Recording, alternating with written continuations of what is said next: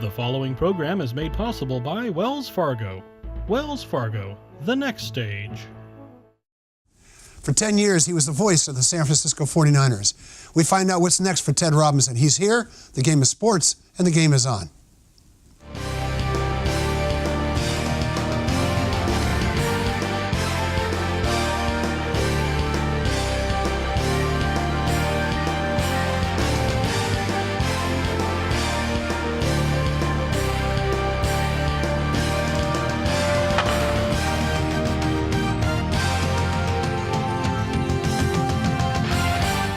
Welcome to the game. I'm Mark Simon. My partner Kevin Mullen is on assignment. Just as the regular season ended for the San Francisco 49ers, the team announced that Ted Robinson, the radio voice of the team, was moving out of the booth, replaced by veteran barrier broadcaster Greg Papa. Ted will assume other duties with the 49ers as a team representative at community events and will, of course, continue as the man for all seasons. On his Twitter feed, he describes himself as sports broadcaster, domer, Golden Dome, of course, NorCal resident, proud to work for the Pac-12 network, tennis, and Olympics. I mean, you name it. Ted, thank you for being here. It's happy to have you get back again. Well, Mark, it's nice to be back in familiar surroundings, and yeah, those are things. And that's the nice part of where I'm at in life is that I have incredible family around, great friends around, and still a good amount of work. Yeah. Were you ready to move on? Was this, well, better still, tell us what you're doing now instead of the broadcasting for the 49ers. Well, that's being decided. We've been going through and are in the process of going through a separation talk, which has been very good. The team has been very responsive on that front. And so that's good. And I've had very little conversation so far because it's still pretty new about where this will end up. But I think it's safe to say that when there's a specific alumni event, or I did quite a bit of work for the 49er Foundation. I think the 49er Foundation, through my time there, has done marvelous work in raising funds. The players have been great help over my time there for many South Bay causes, generally connected with education, clearly. And so if there's involvement in that regard, those things will certainly be things I'd be open to be participating in. Yeah. But none of those things have been worked out yet, it sounds like. Yeah, no, it's still way too, as we talk about, it's only 6 weeks since the season ended. So those things will certainly evolve over time. Were you ready to move on? Was it something you would have chosen not to do if you could have stayed? No, it wasn't my choice. Yeah. But those things, as we all go through in life, I wasn't consulted. Yeah, well, but the business you're in, I mean, it's real common for folks to just be moved on. Yeah. It's time for something else, or change in management, or just a change in management attitude. Right. So it's nothing new for you. Well, I'll be honest, it was the first time, and I feel very fortunate because this is 40 years and a little change now since I graduated college and started this profession. This was the first time I'd experienced that. I've had other positions, like everybody does, your contract is up, and you have a conversation. They say, okay, we're going to do something different, or I'm going to not come back and move on. I've had those. Everybody has those. But this was different. I mean, this was still with a valid contract and expectation of continuing on. And then, basically I'm the quarterback and I got a blindside sack. Well, and I guess they had somebody else that they just decided they wanted who was available. And I know this is no reflection in your mind on Greg Papa. It's just, when there's somebody warming up in the bullpen, I guess they're going to replace you, whether you feel like you're pitching well or not. Mark, one of the things that I've explained this a lot to my family even, was, why? What reason? I don't know. Oh, wow. Wasn't given any, didn't ask for any. But that's an experience that I think of having done this a long time. You understand when somebody's made up their mind, not going to argue, neither will I, grovel. Hey, This was a decision that was, when it was told to me, it had been made. Wow. And so you just take, okay, now how are we going to process this? How is it going to be executed? And that's what we're in the stages of going through right now. And again, I emphasize that the organization has been very good about that. Since the day this happened, from that day forward, everything's been good. Yeah. Well, let's reflect on your 10 years in the booth. Boy, talk about a franchise that's been several different kinds of things during the period of time. Those 10 years were really, I guess turbulence is a pretty good word, because there was a lot of turnover in a lot of key positions. The team has been a very different kind of team over that period of time. As you reflect back, what are your thoughts about that experience? Well, the first reflection is the 3 winning years. Unfortunately for me, for the fans, most importantly, the 10 seasons I worked for the team, there were only 3 winning years. That's not nearly enough. Those 3 years were fabulous, and those were the last 3 years at Candlestick, as we all know how they ended up. But there were moments there that were extraordinary. The most significant moment was the Vernon Post touchdown pass, the first playoff game for a whole generation of 49er fans to see. Mm-hmm. That was the Saints game. That still, to me, would be as fine a postseason football game as you could ever ask for. 4 touchdowns in the final 4 minutes. Yeah. Stack ranking is not a very productive exercise, but I certainly, in my recollection, it's as good an NFL postseason game as I can remember. The other great moment was the last game, the pick at the stick by Navarro Bowman. Tremaine Brock created the play. Bowman ends up intercepting the ball in the air, running it back for a touchdown that clinched a playoff spot.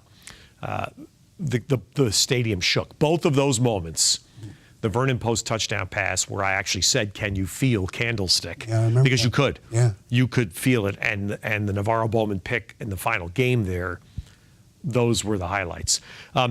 The other side to it is unfortunate.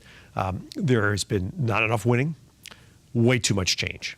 I hope for the sake of the organization and for the fans that gets corrected. Mm-hmm. There's been way too much change both on the field and off the field. And that doesn't, I think that just makes it harder. That's just my personal view. It makes it harder to be productive. It makes it harder for the fans to connect. And as I say that, I also say, look, the last 5 games of 2017, when Garoppolo lit this thing on fire, the place went nuts. Yeah. Fans were great. Fans embraced Garoppolo, loved this. So I hope there's a way that will continue for the 49ers, that they can build on what happened in 2017, because for several reasons, most importantly was the Garoppolo's injury. 2018 became a lost year. Yeah. Do you think the team's in a good place going forward? There's a lot of people who seem to have good feelings about the current, about John Lynch and about Kyle Shanahan. Of course, they got to prove themselves pretty soon. I have tremendous feeling for those two. I think that's the thing over my time with the 49ers. That's the thing they finally got right, mm-hmm. was that connection. And look, in 2011, everybody, myself included, I think everybody internally thought we had it right when it started off so well, when Balke was the general manager, Harbaugh came in as the coach. There was a very good vibe that first year, mm-hmm.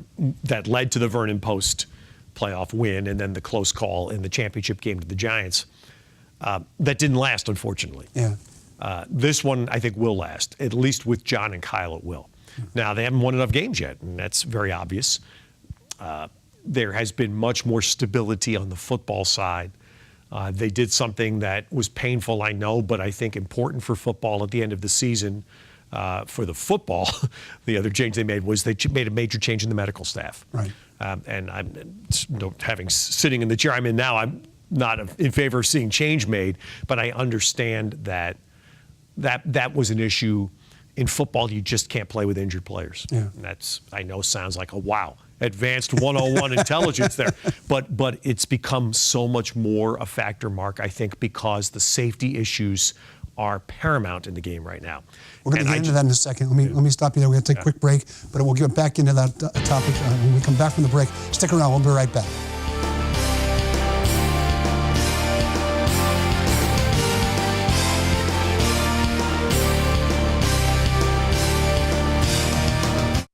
It's been over 150 years since Wells Fargo first opened for business. Since then, we've enjoyed your community support, and we're passionate about returning it.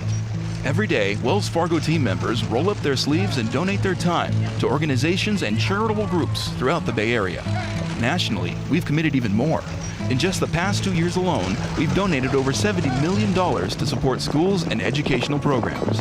It's a commitment we're proud of. Wells Fargo, the next stage.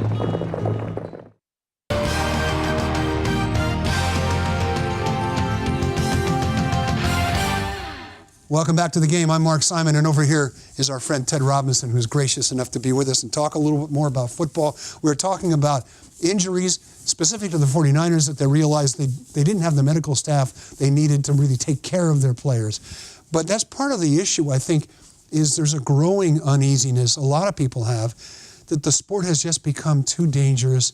Violence, not the right word, because it's always had a certain component to it that has been part of its appeal. But to see life-devastating, career-devastating injuries become so much more frequent, and of course the issue of concussions. Do you see changes? We were talking before the show about how just the pads themselves are so much different than they were even 10 years ago. Yeah, Mark, I think we've already seen change had started. And as most change is, it's a little slow, and it will take some time to fully implement, but I think there's already been progress. I've seen it, and having had I think it's been a benefit the last few years to work both college games on Saturday and the 49ers on Sunday. I've seen it where it's bleeding up from the college game into the NFL. A lot of youth football coaches have told me through the years they think it needs to bleed down. It needs to be started by the pros because that's who the kids watch and that's who they emulate. I'm not so sure I totally agree with that. I think there is probably a mutual move that has taken place. And I think there's several things. So in the 49ers case, for example, they made a change in their medical staff. And I think it was more in the approach to rehabbing injury and getting players back from injury because it is significant. There's only 16 games. Right. And if a guy has a soft tissue injury, or this year, Jaquaski Tart missed much of the year because of neck stingers, which are basically a nerve injury. Those situations now are the ones I think that are becoming the problem that football has to address. There's the traumatic injury, ripped up knee, ACL, like Garoppolo, broken bone, broken leg. You can't stop that. That's going to happen in a collision sport. The head injury, we all understand the severity of it. That's been addressed. It will continue to be addressed in helmet safety. Can you totally eliminate head injury? Of course not. Yeah. I think I would be a fool. Anybody would be a fool to say that is a risk that will always be inherent in the sport. It's the other injuries that I think are the significant ones, because what is happening, I believe now, is that players are far more attuned to their own safety. Their agents are far more attuned to the players staying viable to get to the next contract. And thus, the 2-week injury becomes a 6-week injury.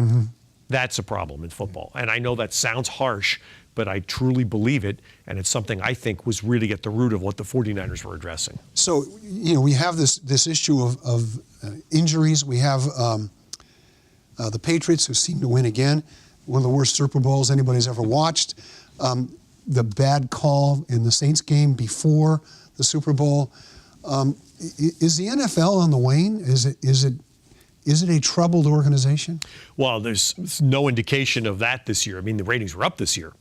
And I don't think there is any doubt, at least to me, there's no doubt that there's a connection between the reseeding of the anthem protests in 2018 and the rise in television ratings. I'm not saying it's all the reason, but to me, having lived through this, having traveled the 49er route for a couple of years where the 49ers were the focal point on this question, to see that pushed off the front page onto page 2, euphemisms, this year helped the league. But I still do think there's no question. I read a story this morning, Mark, in the New York Times about the dramatic drop in youth participation in football in New Jersey. And New Jersey is just passing athletic legislation to severely limit the amount of contact in school football practices, trying to keep kids from fleeing the sport. I hear this all the time. And I personally believe that it will be sometime before I'm gone from here, I hope. It may be 15 years from now, 20, that football will be a very regional sport in the root of the players. And I think if you put a map up, Texas, Florida. If you put a map up here on the screen and you started at Houston and drew an arc around the Gulf of Mexico all the way around to Tampa, that's going to be 90% of football players will come from there. A lot come from there now, but I think that will be the vast, vast majority. You'll have a South Florida little window. You'll have the Southern California cluster, and then that football country of Northeast Ohio and Western Pennsylvania. I think those 3 places will be the exceptions. Everything else will be from that Gulf regions and Gulf states where football still is embedded in the culture. And they're not going to give that up anytime soon. I want to switch gears a little bit. We had the passing of Peter Magowan not too long ago, and I know you knew him. What are your thoughts on Peter and what he did for the Giants and for Bay Area sports? Well, what he did for the Giants and for the Bay Area, and most specifically for the city of San Francisco, lives on at 3rd and King. That was Peter. He didn't do it alone, of course, but he was a moving figure in that. And not just the presence of the ballpark, but the ballpark itself. And the memorial service, the private service that was held by Peter's family was on left field, was in left field in the ballpark. And having been honored to be invited to go, it was extraordinary to see 20 years on, Peter's vision living on. And when I say that, what I mean is that the seats in that ballpark are so close to the field.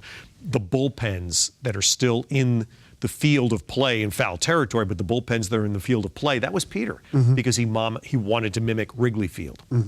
The right field wall was necessitated by the geography, the fact that right field was so short, but Peter wanted to emulate Fenway Park. He said, well, let's do a Fenway Park version in right field. Hence, Fenway Park doesn't have brick. The Giants put brick in, but the hand-operated out-of-town scoreboard, an homage to Fenway Park. Those are all things that Peter's love of the game and his utter concern for the fan. And knowing Peter, as I got to know him very well, obviously I worked for him for 9 years. I spent a fair bit of time with him away from baseball. He was a huge tennis fan.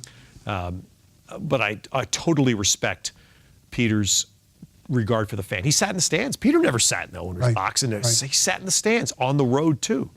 And I communicated with him through email a little bit in the fall, as recently, and I did not realize, my last email communication actually went through Debbie. I did not know that there was hospice involved at the time of the last communication, but it rooted in tennis because Peter had asked me for quite a while he wanted to meet John McEnroe.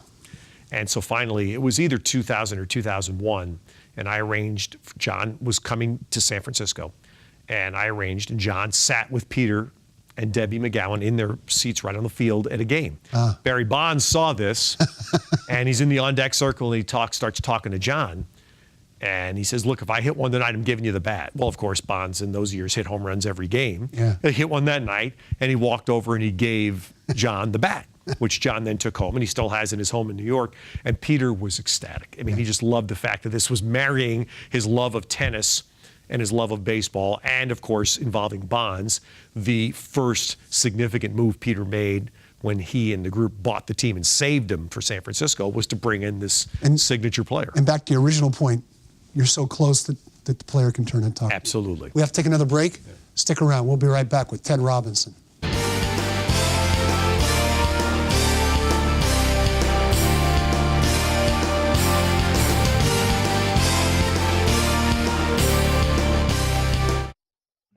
Years since Wells Fargo first opened for business. Since then, we've enjoyed your community support, and we're passionate about returning it.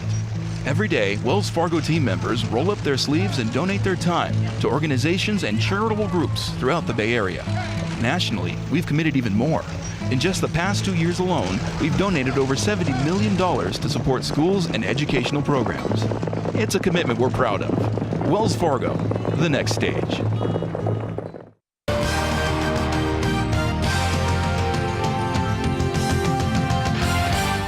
Welcome back to the game. I'm Mark Simon, and over here is our friend Ted Robinson. Thank you for being here, Ted. We talked a little bit about Peter Magowan. Let's talk a little bit about baseball and all the free agents who haven't been signed yet. What do you think is going on there? Wow. Well, it's clearly cost control. Now, there's a nasty word that gets associated with that I was in baseball in the 80s when the teams were found guilty of collusion, and it cost them a ton of money. I can't believe that with the intelligence of Major League Baseball and the owners collectively, they would ever get themselves caught in that situation again. I understand where the player agents are fired up about this. I do get the fact that teams, even though the sport is flush in cash right now, have to be a little more judicious about the 10-year contracts, and especially the pitcher contracts. I mean, the amount of money. And this is where Mark, I think this is where this concept that really took root in this past season of the opener, having the relief pitcher start the game. This is where, to me, it has to have some root in. Teams, and the Giants are in the forefront of that, have given out these long-term starting pitcher contracts going all the way back to Zito, but even more prominently now, Samardzija and Cueto. Those have been failures. Those contracts have been failures. And you're saddled with long-term debt because of those contracts. This, I think, is a little bit of a pushback in that. And the opener concept may be the specific one to say, okay, we're not going to go out there and spend this kind of money on starting pitching as we did. Kershaw signs with the Dodgers for a short term. He got a lot of money, but he got it for short term. And before I left baseball full time, a couple of general managers that were friends of mine that I dealt with told me versions of the same thing. Ted, it's not the dollars, it's the years. They don't mind giving the dollars. They minded giving the long term. Well, I mean, even Bryce Harper, who is in the prime of his career, he's only 26, but 10 years means at the end of that, he's 36, and the drop-off from there can be, as we've seen, no matter how talented the player is, the drop-off can be so severe that you wonder, why are you spending $40 million a year on this guy when you'd rather spend it on some young prospect? So I'm going back a few years now, but when I was broadcasting for the New York Mets, they signed Pedro Martinez as a free agent. And at the time, Pedro was at the end, near the end. His shoulder was in fragile state. Everybody knew that. And I remember asking internally and asking the people involved at the very top, what were you thinking? And they said credibility. They gave Pedro 4 years because they had to get him. They knew that at most we'll get 2 years of pitching out of him. But we had to give him 4. So I'm going, why did you do that? They said credibility, because guess what? That's the only way they went on and signed Carlos Beltran. Once Beltran saw that they had made the commitment to Martinez, they said, okay, these people are serious. They want to win. I'm going to sign there. And the Beltran signing did work for the Mets. So oftentimes there is that little thought behind the scenes that when you just see the numbers, 4 years and $100 million, you go, what are you thinking? Well, in this case, I learned that lesson from the Mets and Martinez. Let's talk a little bit about Pac-12 football. It's been an odd sort of thing for Pac-12. I think there's a truism that football's better when USC and Notre Dame are good. And in the case of the Pac-12, when USC is good, it makes everybody better. They're in chaos. Lynn Swann doesn't, as their athletic director, doesn't quite seem to know what he's doing. What's your sense of what's going on with Pac-12 football? And also, I throw in this TV contract, this got games happening at all hours of the day, except when they used to happen. Yeah, Mark. So now, Mark, we've got 50 minutes left. That's how long I could talk about this, but I won't. So, so on the field, this past year, Washington is terrific. They have a great program right now. Chris Peterson, NorCal product, UC Davis quarterback, is an excellent college football coach, runs a terrific program, and they're not going anywhere. Oregon is hopeful of rebounding with the second-year coach, Mario Cristobal, who is a dynamic recruiter. Stanford had a dip this past year. Stanford, David Shaw, I think, as brilliant as he's been, probably has a little more work this coming year than he's had recently, trying to get the physical nature of Stanford football back to where we've been accustomed to. UCLA's building under our old friend Chip Kelly. Arizona State's the team I wouldn't be surprised. Herm Edwards was a good hire there. He's done a nice job instituting a program there. And now we get to your point, USC. They are the standard, just as Arizona and UCLA are for basketball in the conference. USC has some institutional problems they're working through. They have a massive liability facing them for a problem that had nothing to do with sports. It was a doctor. It's very similar to the horrific Michigan State gymnastics doctor story. This one is in the USC medical department, nothing to do with sports, but it's going to cost them a ton of money in payouts and optical damage that's been horrible. I think that's had a large part of USC staying the course with Clay Helton, who the players love, by the way, but forcing him to change the people around him. It's a common football thing. I'm not going to fire the head coach, but you, head coach, you better get better people working with you. Yeah. We've got like 1 minute left. Let's just talk real quickly about tennis. Does Serena regain her form, I guess, is the real question. She'll never regain her form. She can't at 38, or closing in on 38 now, having had a child. But she will still, this year, 2019, I have no doubt that when she steps on the court at each of the 3 upcoming majors, she's already played one, she will be a favorite to win. Not the favorite necessarily, but a favorite, no question in my mind. And quickly, is there someone coming along who will be the next star? I mean, she has so dominated and been such an iconic figure, much like Federer. Yeah. Who's coming along? Well, the star that's already arrived is Naomi Osaka, who's this. You talk about a 2019 story for all of us to hear. You know, Haitian father, Japanese mother, born in Japan, but the family settled in New York when she was a young girl. She speaks complete Valley Girl English, doesn't speak very much Japanese at all.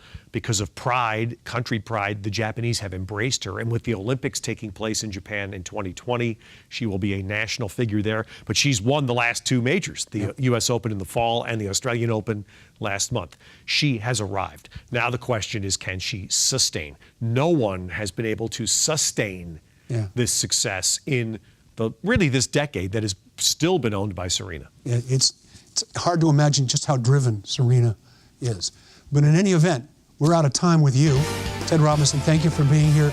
We're going to miss you in the 49ers booth, but I know good things are going to continue to happen for you. Well, I've had a great run, Mark, and trust me, there's a lot of good things ahead, and I'm pleased and I'm happy. And listen, I'm glad because when I come in now, they recognize me downstairs. That's how often I come in to be with you. It's great. And so thanks, Ted, for being with us, and thank you for being with us. Join us next time on The Game.